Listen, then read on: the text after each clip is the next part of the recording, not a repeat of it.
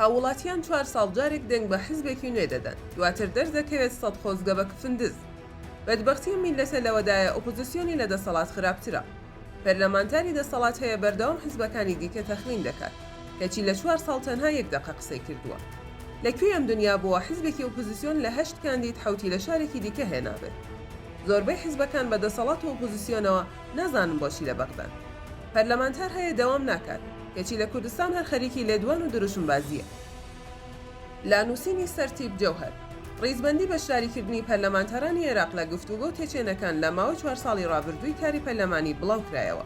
مخابنجەی شەرم و نەنگیە بۆ پەرلەمانتارانی زۆربەی حیزبە سیاسیەکانی کوردستان بە دەسەڵات و ئۆپۆزیسیۆنەوە ئەم شێوە بەشداریکردنە لە کاتێکدا بەشێکیان بەردەوام ڕەخنەدەگرن. ئەوەی ئەم خشتەیە ببینێت هەناسەیەکی سارد بۆ ئەو هەموو قوربانی و چاوەڕوانیە میلەتە بێدەرەتان و چارەیە هەڵدەکێشێت کە لە چاوەڕوانی دەستکەوتی گەورە و مەزنن تا پەرلەمانتارانی کورد لە بەغدا بەدەستی بێنن و داکۆکی لە ماف و بەرکەوتەی کورد بکەن. بەڵام مخابن نەک لە ئاستە و بەرپرسیارەتیە نین بگرە بە پێیان خشتەیە بڵاو بۆتەوە وا دەردەکەوێت بەشێک لە حیزبەکان گاڵتە بە چارەنووس و قوربانیدانی ئەم میلەتە بکەن بۆیە ئەو جۆرە کەسانە کاندید دەکەن بۆ پەرلەمانی عێراق. ئەمە لە کاتێکدا ئەرک و بەرپرسیارەتی پەرلەمانتارانی کورد لە عێراق زۆر گرانتر و چارەنووس ساسترە بەراورد بە پەرلەمانی کوردستان، چونکە چارەنووس و ئایندەی گەلی کورد بەگشتی لە ئاستۆ و لە ملی ئەوەندایە. بە پێی و خشتەیە بڵاو بۆتەوە پەرلەمانتار هەیە لە حیزبی دەسەڵات لە ماوەی 4 ساڵی کاری خولی ڕابردووی پەرلەمانی عێراق تەنها 1 جاریش قسەیەکی نەکردووە، هەیشە تەنها بۆ 1 دقە بەشداری و تێچێنی هەبووە لە گفتوگۆی پەرلەمان. ئەمە لە کاتێکدا بەردەوام لە ڕۆژناوە و میدیاکانی حیزبەکەی خەریکی مهاتەرات و تۆمەتبەخشینەوە و تەخمینی حیزب و لایەنە سیاسیەکانی دیکەیە لە بەغدا.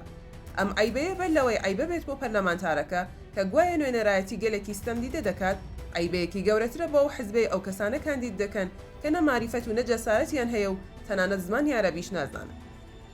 لەم پرسەدا پەرلەمانتارانی حیزبە و ئۆپۆزیسیۆنەکانی کوردستان بەدەرنی بگرە گوناحی زیاتریان بەردەکەوێت، چونکە بەردەوام خەریکی مزایدە و دروشمبازی. کەچی پەرلەمانتاری ئۆپۆزیسیۆن هەیە لە ماوەی 4 ساڵدا تەنها 2 دقە قسەی کردووە.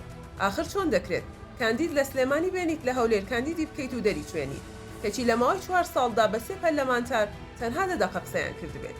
بە دڵنیاییەوە کاندیدکردنی کەسانی شیاو بۆ پەرلەمانی عێراق ئەرک و بەرپرسیارەتێکی گەورەی حیزبەکانی کوردستانە، چونکە پەرلەمانتارانی کورد لە بەغدا جگە لە بەرپرسیارەتی وەک هەر پەرلەمانتارێکی دیکە عێراقی هاوکات داکۆکی لە ماف و بەرکەوتەی گەلی کوردیان لە بەغدا لە ئەستۆیە.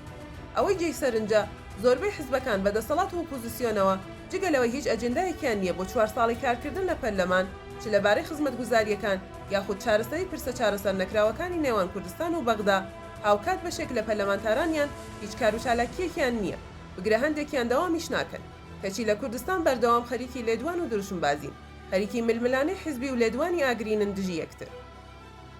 بۆیە بەدبەختیە میلەتە لەوەدایە کە دەسەڵاتی خراپە، بەڵام ئۆپۆزیسیۆنی خراپتر. لە دنیا نەبووە ئۆپۆزیسیۆن لە دەسەڵات خراپتر بێ، مەگەر تەنها لە کوردستان. بۆیە میلەتە سەری لێشێواوە. کاتێک هەڵبژاردن دێتە پێش نازانێت دەنگ بە کێ بدات. هەموو 4 ساڵ حیزبێکی نوێ دروست دەبێت، کەچی دوای 4 ساڵ 100 خۆزگە بە کفندز دەخوازی، چونکە ئەویش هیچ ئەجەندە و بەرنامەی کاری نییە. نازانن بۆچی لە بەغدان، بەڵکو تەنها هاوار و دروشمبازیە و پێی ناکرێت 4 کاندیدی باش بباتە بەغدا. بۆیە حیزبی ئۆپۆزیسیۆن هەیە 8 کەسی لە هەولێر کاندید کردووە و حوتی لە سلێمانی هێناوە. ئەمە لە مێژووی هیچ حیزب و گروپێکی سیاسی نەبووە. لە خولی ڕابردووش لە 3 کاندیدی هەولێر دوانی لە سلێمانی هێنابوو، بە هەر سێکیان لە خولی ڕابردوو تەنها 10 خولەک قسەیان کردووە. بێگومان ئێمە باسی پەرلەمانتارە خراپەکانمان کرد، بەڵام لە پاڵ و خراپانە هاوکات پەرلەمانتاری زۆر جەسوور و چاونەترس و ئازا لە بەغدا هەن کە بەشداریەکی کارای گفتوگۆکان دەکەن و داکۆکی کارێکی زۆر باشی میلەتەکەی خۆیانن. ئێستا ئێمە لە سەروبەندی هەڵبژاردننی حەقە میدیاکانی کوردستان تیش بخەنە سەرم پرسە، چونکە حیزب هەیە بە 2 پەرلەمانتار جێی دەستی لە حیزبێکی دیکەی کەسی پەرلەمانتاری هەیە دیارترە.